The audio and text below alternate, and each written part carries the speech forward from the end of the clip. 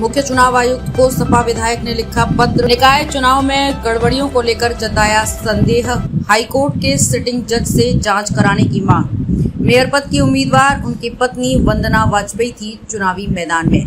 कानपुर में समाजवादी पार्टी के विधायक ने मुख्य चुनाव आयुक्त को एक पत्र लिखा है। नगर निकाय चुनाव में गड़बड़ियों को लेकर संदेह जताया है, इसलिए मतगणना स्थल पर लगे सीसीटीवी फुटेज की मांग पत्र के माध्यम की है। पत्र में ईवीएम मशीन में गड़बड़ियों को लेकर विधायक ने सवाल उठाया। कानपुर की आर्यनगर विधानसभा सीट से अमिताभ वाजपेयी समाजवादी पार्टी के विधायक हैं। नगर निकाय चुनाव में समाजवादी पार्टी से मेयर पद की उम्मीदवार उनकी पत्नी वंदना वाजपेयी चुनावी मैदान में थी। मतदान के दिन भी विधायक ने ईवीएम पर सवाल उठाए थे। मतगणना के बाद भी विधायक ने ईवीएम और मतदान के बाद अलग अलग बूथों के विवरण न दिए जाने के बाद सवाल उठाए थे।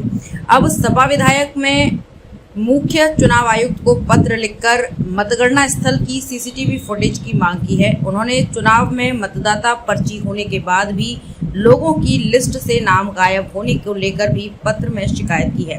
पत्र के माध्यम से मतदान से लेकर मतगणना तक की उच्च न्यायालय की सिटिंग जज से जांच कराए जाने की मांग की है। उन्होंने कहा ईवीएम मशीन और मशीनरी का प्रयोग करके इस चुनाव में गड़बड़ी की गई है। विधायक ने इन सभी बिंदुओं पर चुनाव आयोग को पत्र लिखकर जांच कराए जाने की मांग की है। नमस्कार मेरे शुभचिंतक साथियों, आप सबका बहुत आभार कि आपने सबने मेरा बहुत साथ दिया है।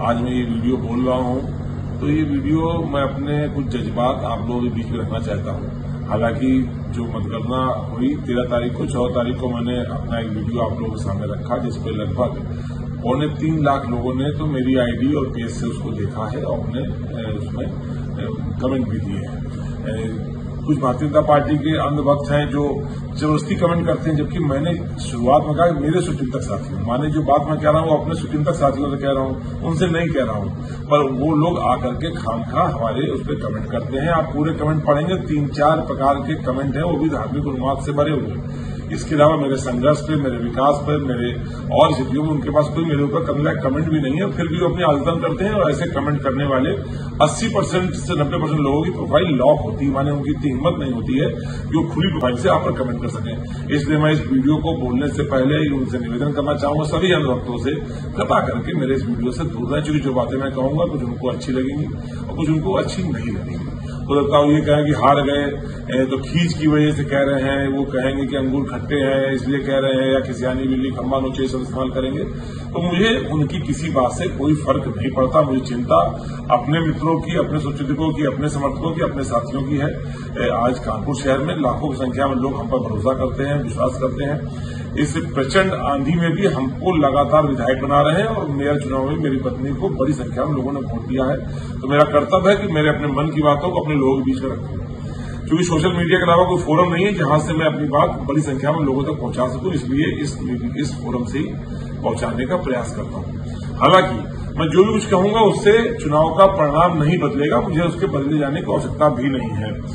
पर दिल की बात नहीं करेंगे तो फिर करेगा कौन।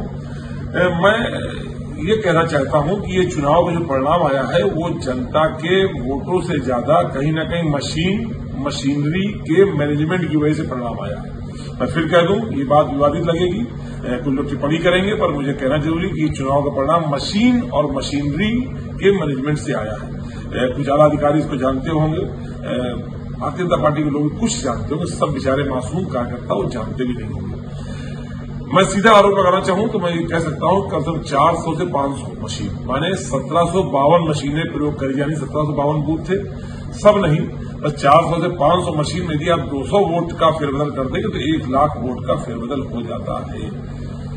एक तो वो किया गया। कोई कहेगा सबूत दो, तो सबूत तो नहीं है, लेकिन मैंने चुनाव आयोग से मांग करी है कि सीसीटीवी फुटेज मुझको मशीन आ जाने से लेकर मशीन रवाना होने तक के उपलब्ध कराया जाए, तो शायद आप लोग सबूत भी मिल जाएंगे। बाकी यदि गहराई से देखना चाहेंगे तो मेरे साथी यदि अपने आसपास के उन बूथों को देखेंगे जिससे भारतीय जनता पार्टी को वोट नहीं मिल रहा था, फिर भी 19 से अधिक वोट मिला है, या 25 से 30 ऐसे वार्ड जिसमें भारतीय जनता पार्टी के पार्षद प्रत्याशी लड़ाई में भी नहीं थे लेकिन बड़े अंतर से जीत गए हैं, अप्रत्याशित अंतर से जीत गए हैं। कुछ जगहों में लोग अप्रत्याशित रूप से बड़े अंतर से हार गए हैं। जितने भी अप्रत्याशित निर्णय वाले वार्ड है, यदि उनकी स्टडी करेंगे तो आपको मेरी इस बात में कुछ न कुछ गहराई समझ में आने लगेगी। कृपा करके अंधभक्त से दूर रहें, लेकिन मेरे लोग इस बात को जरूर देखने की कोशिश करें कि उनके आसपास किन बूथों पे उनको अप्रत्याशित रूप से भारतीय जनता पार्टी को अधिक वोट मिला है या उनके पार्षद प्रत्याशी को अधिक वोट मिला है। आपको मेरा ये आरोप नंबर 1 कि लगभग 400 से 500 मशीनों पे 200 वोट पर बूथ लोड किया गया, ये आरोप में सत्यता दिखाई पड़ने लगेगी। आरोप नंबर 2 कि मेरी मशीनों में जहां मेरा प्रभाव क्षेत्र अधिक था वहां 400 से 500 मशीनों में 5 नंबर की बटन खराब करी गई। दौरान पोलिंग हमारे पास सैकड़ों संख्या में फोन आए और मेरे साथियों के पास आए जिन्होंने ये शिकायत करी कि 5 नंबर की बटन खराब है, केवल 5 नंबर बटन खराब है। जैसे ही उस व्यक्ति ने 13 नंबर की बटन दबाई तो काम कर गई, यदि किसी ने धोखे से 4 नंबर दबा दी तो वो भी काम कर गई, लेकिन 5 नंबर बटन खराब थी। मैंने पोलिंग प्रोसेस के बीच में एक ऑडियो जारी करके इस तरह का आरोप लगाया था और प्रशासन देखने को कहा था, लेकिन कोई तरीका नहीं। ये मशीनें जो इस्तेमाल करी कंडम मशीनें थी, चुनाव आयोग की रिजेक्टेड मशीनें थी, ये केंद्रीय चुनाव आयोग की मशीनें नहीं थी। कंडम मशीनों से प्रयोग किया गया, इसमें 5 नंबर बटन खराब हुआ, ऐसा आरोप मैं लगा रहा हूं। तो आप में से हजारों साथी जो वोट डालने गए होंगे उन्होंने इस बात को महसूस किया होगा और मेरे पास वो रिकॉर्डिंग्स हैं जिसमें मेरे साथियों ने मुझसे शिकायत करी कि 5 नंबर बटन खराब है। मेरा आरोप संख्या 3 कि जो मेरे प्रभाव वाले क्षेत्र हैं ऐसे सैकड़ों बूथों पर वोटर लिस्ट भेजी गई, कम से कम 15 से 20 साल पुरानी।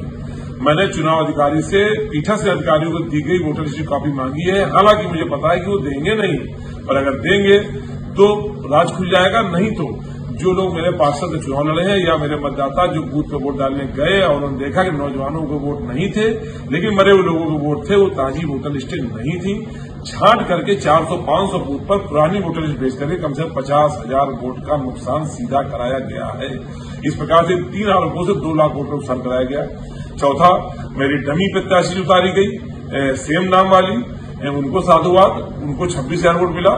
ये तो मेरी खुशी का वोट इसलिए है क्योंकि मेरे नाम पर, मेरी पत्नी के नाम पर सीधा लोगों ने वोट दिया, इसलिए उनको इस अच्छे साहसिक कदम की बधाई। और 5वां आरोप काउंटिंग। मैंने पोलिंग के 24 घंटे के बाद जिलाधिकारी, अपर जिलाधिकारी नगर, अपर जिलाधिकारी फाइनेंस और चुनाव अधिकारी से मैंने पोल्ड वोट की लिस्ट मांगी फोन करके, जिसकी रिकॉर्डिंग मेरे पास है, पर मैं जारी नहीं कर रहा मर्यादा के तहत। लेकिन उन्होंने मुझको कोई लिस्ट उपलब्ध नहीं कराई, बल्कि अधिकारियों ने मेरा फोन काटना शुरू कर दिया।